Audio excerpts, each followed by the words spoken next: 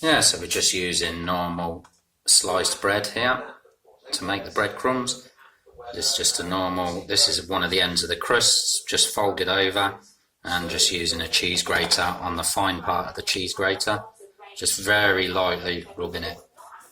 Most of the crumbs don't actually go through to the inside, they just shave off on the outside. So it's really easy, and you can make a ton of breadcrumbs just out of one crust slice. It's just normal white, regular white bread.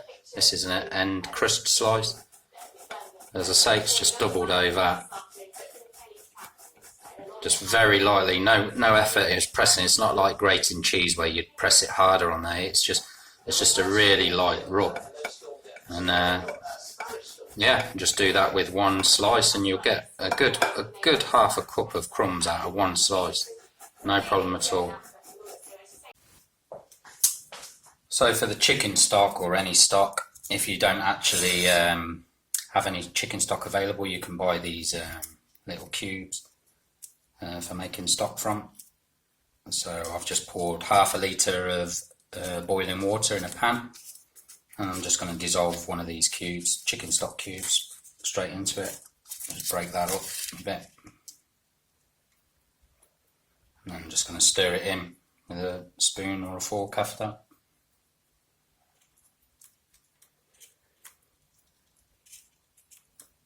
Just one of these cubes for half a litre of water. Just boiling water straight out of the kettle. That's in. Give that a quick stir.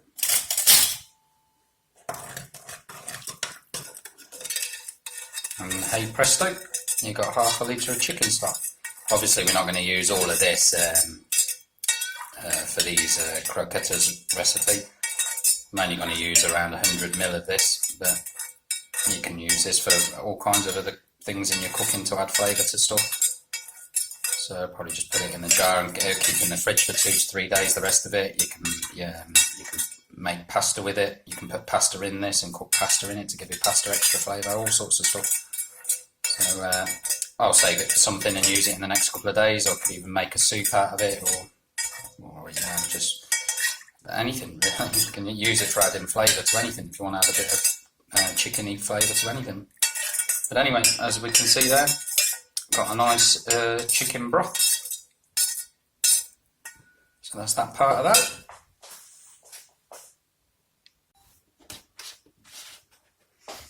Okay, I'm going to add 8 tablespoons of olive oil. If you don't have olive oil, you could use any oil, but for when the oil is actually going into the food, I prefer to always use olive oil. 2, 3, 4, 5, 6, 7. Okay, 8 tablespoons of olive oil. Now I'm going to add the flour straight in. As I've said before, the ingredients will be in the link below the video. But it's a regular cup, just short of a regular cup of flour going in next, and stirring. This is on a medium heat, by the way. You don't want it absolutely on top heat, and you don't want it too cool either. So you want the oil already to start thinning out. I'm just going to wait a little bit for that oil to thin out and cover the base of the pan before. Once the oil covers the whole base of the pan, we know that it's heated, because the oil will level out as it gets hotter, as it gets thinner. Let's leave that a little while. And we're going to add all of the flour straight in, and obviously that's going to make it very thick very quickly. And during this process I'm going to be continually stirring it, and then I'm going to be adding the milk and the chicken broth that we made, or the chicken stock, whatever you want to call it, that we put together earlier in the saucepan from the hot water straight from the kettle, with a chicken cube that's still there on the side. So yeah, that oil's going to be hot hot enough to start adding this now. So we're just going to fire all this straight in. And at the same time, I'm going to be adding the I remember we made 500 millilitres of this. I'm only going to be adding about 100 millilitres of it.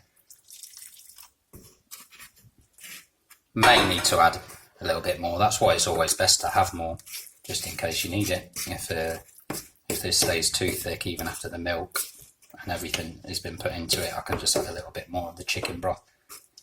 Put the milk in. Some of the milk, I'll add some more once it starts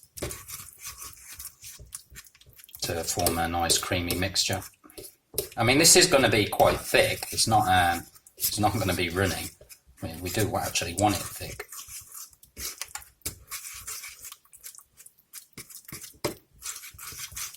But this does take quite a while, by the way. It's not like a 2-minute thing.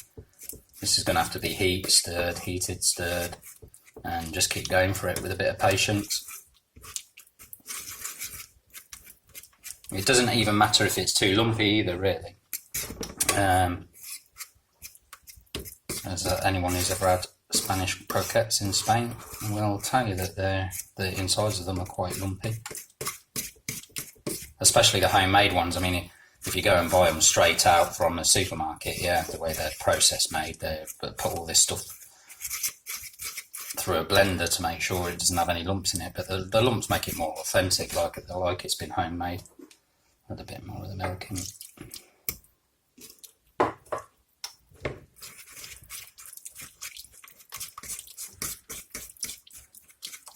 But my intention is not to get rid of all the lumps, so don't worry about that. Obviously, I just don't want big, massive, clumpy lumps, and there's still dry flour inside those lumps. That you don't want that. You want to make sure that all the dried flour gets liquefied. But the smaller lumps, I'm not too bothered about at all.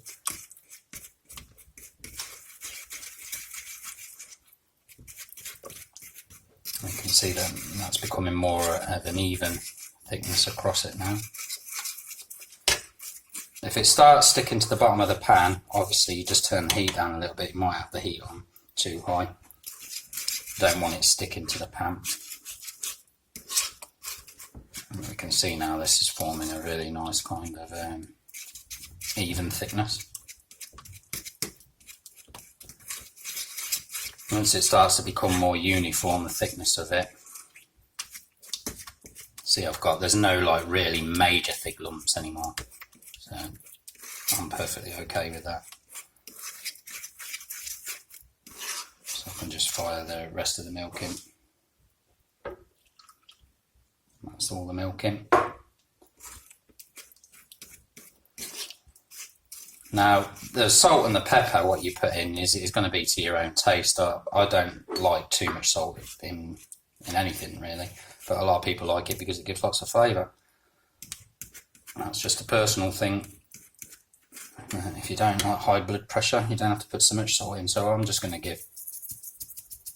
I mean, you'll probably think this is a lot. God, he's not stopping with the salt. But the salt coming out of this is really slow.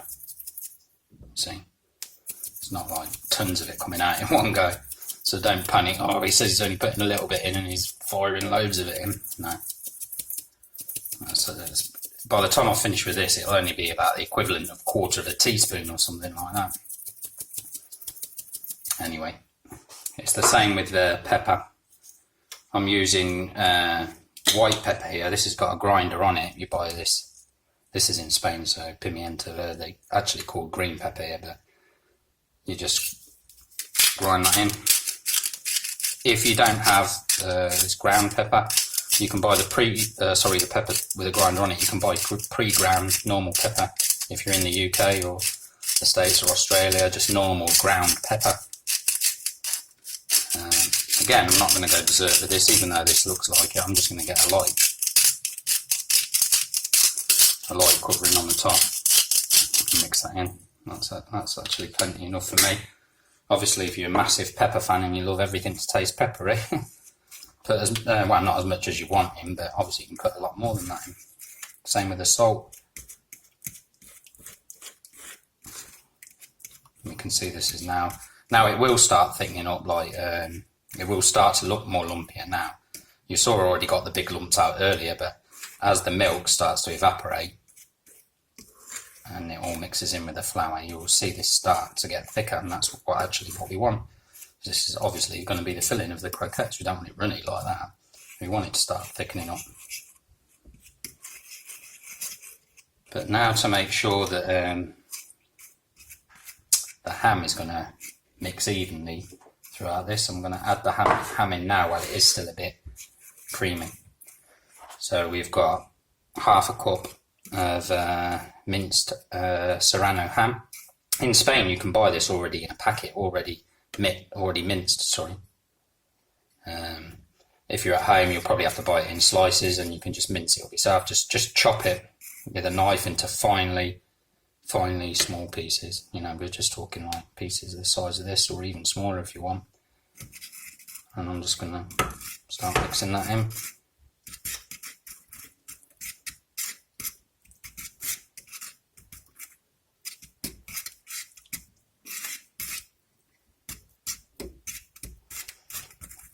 Again, you can put more or less into this depending on how much you like Serrano ham. I like my croquettes filled with this kind of stuff. I mean, literally. It's really, really nice and really, really tasty. And for me, the more of this, the better.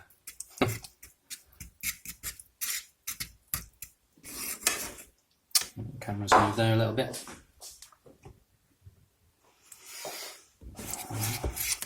So we can see this is starting to thicken up really nicely now. And it goes without saying, obviously you need to wash your hands in between each process. I'm cutting the video and restarting the video, so you're not actually seeing me wash my hands, but believe me, I am. It's something I'm obsessed about, is continuously washing my hands. Just between each process, you just rinse your hands. We can see this is thickening up really nice and evenly now. Again, this video is going to seem shorter because I'm not just going to sit here stirring this for 20 minutes on a video, because it will bore the hell out of everybody. But basically, in total, you'll need to do this properly for around about 20 minutes. So yeah, I'm just going to chop out and chop back in. Hopefully you don't see too much interruption in the video with me cutting and editing, but I'm just going to come back to this when it's nearly thick enough.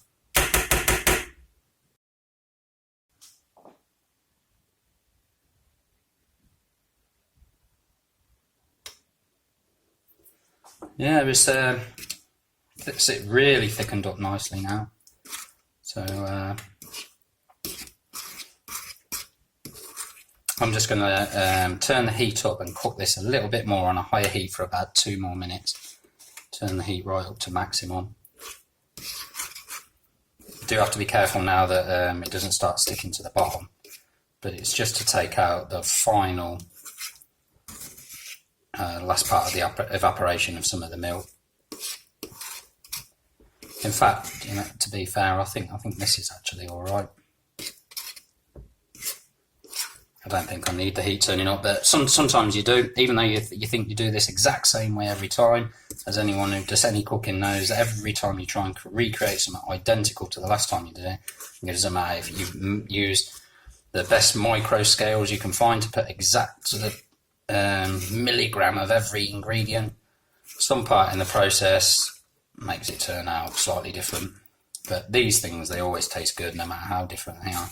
You might add a little bit more pepper or a little bit more salt, and it causes it to taste a little bit different, but that consistency is perfect now. That's what I'm looking for. The next process now will be allowing this to cool down. So turn the heat off. Turn the heat totally off. And yeah, I'm going to allow this to cool down. Spread it quite evenly to allow the cooling process to be even. I'm going to take this totally away from the heat and put it on the side and just allow it to cool down in room temperature, probably for about 10 minutes. Okay, so we've had the mixture that we made with the Spanish ham in the fridge for just over an hour, and obviously it's set to like a much more solid consistency now, and we're ready to actually prepare the croquettes. I've got 2 eggs in there, 2 normal regular sized eggs with 2 teaspoons of water, and beaten them, whisk them up. I've got some flour here, no set amount, it's just flour that I'm going to rub all over my hands so that the croquettes don't stick to my hands. And also some of the flour will press onto this croquette mixture as I divide it up, and will be like have the egg and the breadcrumbs all stick to the croquette. So yeah, we're going to divide this up now. You can make these into any kind of size that you want. I tend to use like a tablespoon-ish size, and we just want to place that in the flour first. And I basically want that to be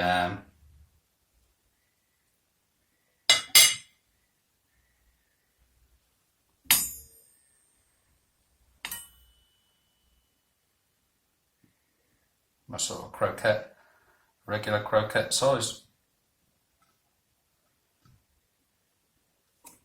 I want flour all over my hands.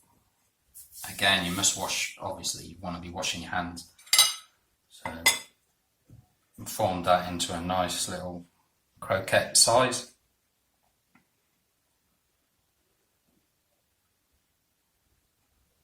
A quick dip in the egg mixture, and then just rolled straight in the breadcrumbs. You want to roll, sprinkle it all over, roll it both ends, and you want to get this nice and covered. Make sure that you get some breadcrumbs on the ends. First croquette done, and it's just a continuous repeat of that. Some more flour, another teaspoon of mixture into the flour.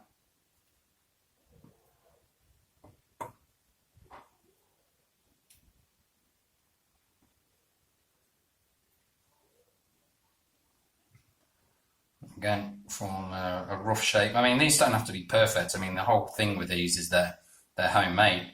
If you want them to look like they were made in a croquette factory, then just go to the supermarket and buy them ready-made.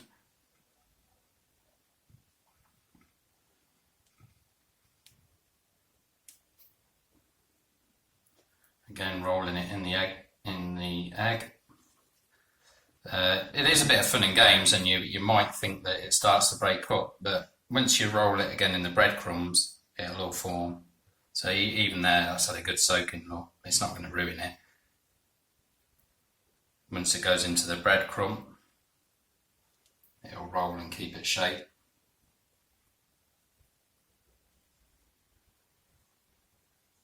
Once it's in the breadcrumb, obviously the inner part is sealed then, so make sure when you place these then on the plate they're not stuck together. They want to be separated. I'll just show you one more quickly.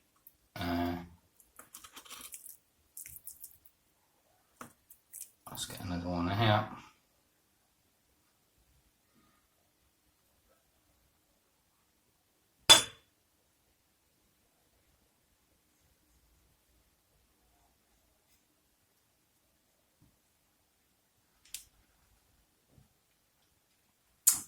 Find it easier with the egg, you can put the egg on it like that. The trick is you've got to get it covered all over, or the breadcrumbs won't stick to it. Again, I don't mind about getting my hands dirty or messy with this.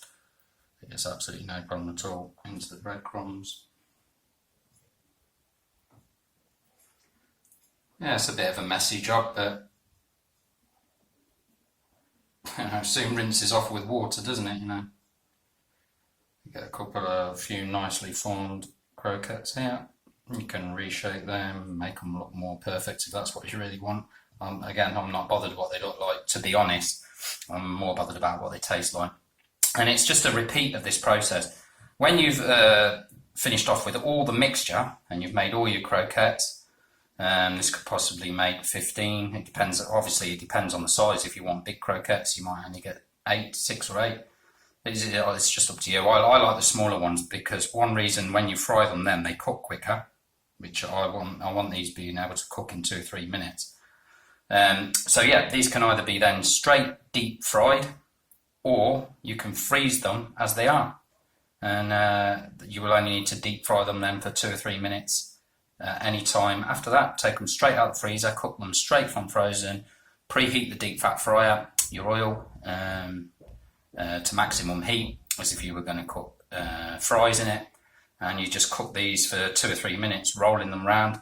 If you're going to cook them in a frying pan, you still want the whole bottom of the pan covered in oil at least, and already on a nice hot heat with the oil already heated up, and you just want to roll these around in it, keep rolling them over until they're a golden brown. I'm going to show the cooking process in the next part of the video, but these are perfectly okay to just freeze these now. They can just all go straight into the freezer if you're not planning on eating them straight away. Okay, so I've had some of these in the fridge overnight, these croquettes, and I've now got the oil on a medium heat in a shallow frying pan. It's about 1 centimetre, 1.5 centimetre deep with oil, and I'm just going to start putting the croquettes in.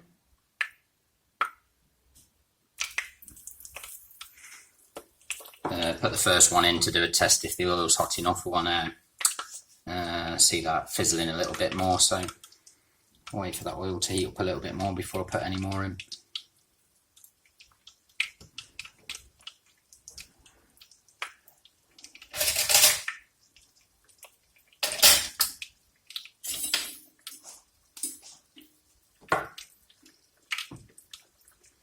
But these, when the oil's at the right temperature, these do cook very quickly, in a couple of minutes. Just got to roll them around, make sure they're evenly cooked all the way around. I'm just waiting for the oil to heat up a little bit more, so I don't want to turn this one round and it starts to break up. And it's starting to fizzle away nicely now. Let's put another one in, see how another one starts off.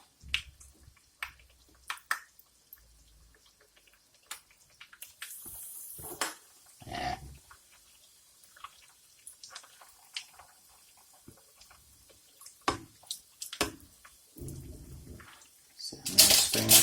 I'll turn that over.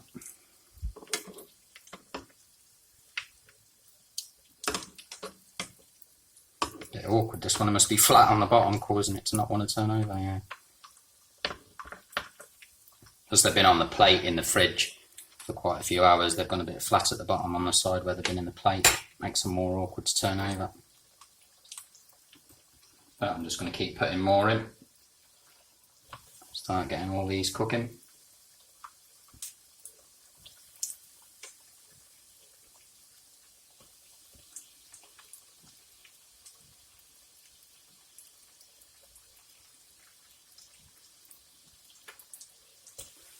Want to avoid them sticking together, so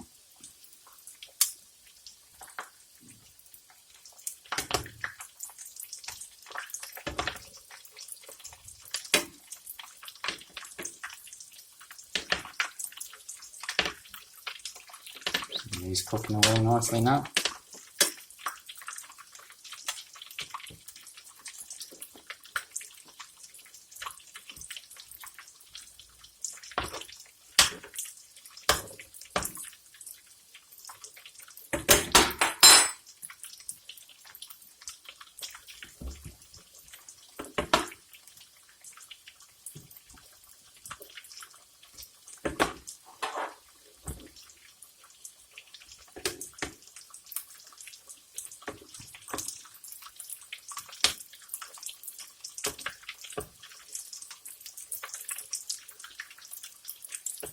problem that you might get if you haven't got the oil at a hot enough temperature when you start, like me with the first one there, is a lot of the fat, a lot of the oil will get absorbed by the croquette. So I might have that first one quite juicy, full of fat. Not a problem, can float. I'll take a bite out of it and try it, but if not, I'll just throw that one away. But the hotter the oil, the other problem is if you have the oil too hot, you're putting them in and they're burning on the outside and they're not even heating up on the inside. So depending on what kind of hob you're using to heat these, or whether you're deep fat frying them or frying them in shallower oil, depends on the cooking time, but they should only need 2 or 3 minutes each when the oil is at the right optimum temperature. It's better to just do a test with one, as I did, just put one in. You want to see it fizzling away nicely. That's starting to get nice now, that one. That's the first one that was in. And as you can see, I've got a bowl set up with a couple of serviettes in it, obviously just to take off the outside oil when I put them in this, and then I'll dispose of the serviettes.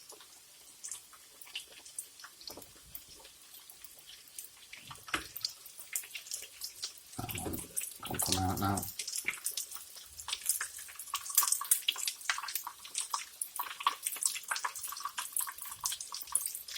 Take off most of the excess oil there, but onto the paper there.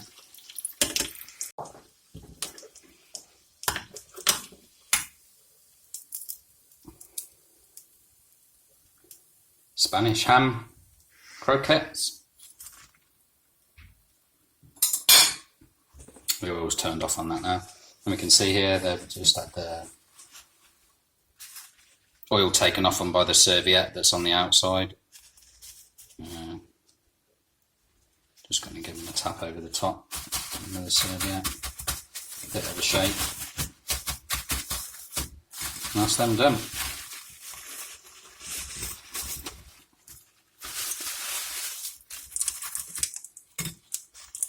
Absolutely perfect, lovely Spanish ham croquettes, and believe me, they taste delicious.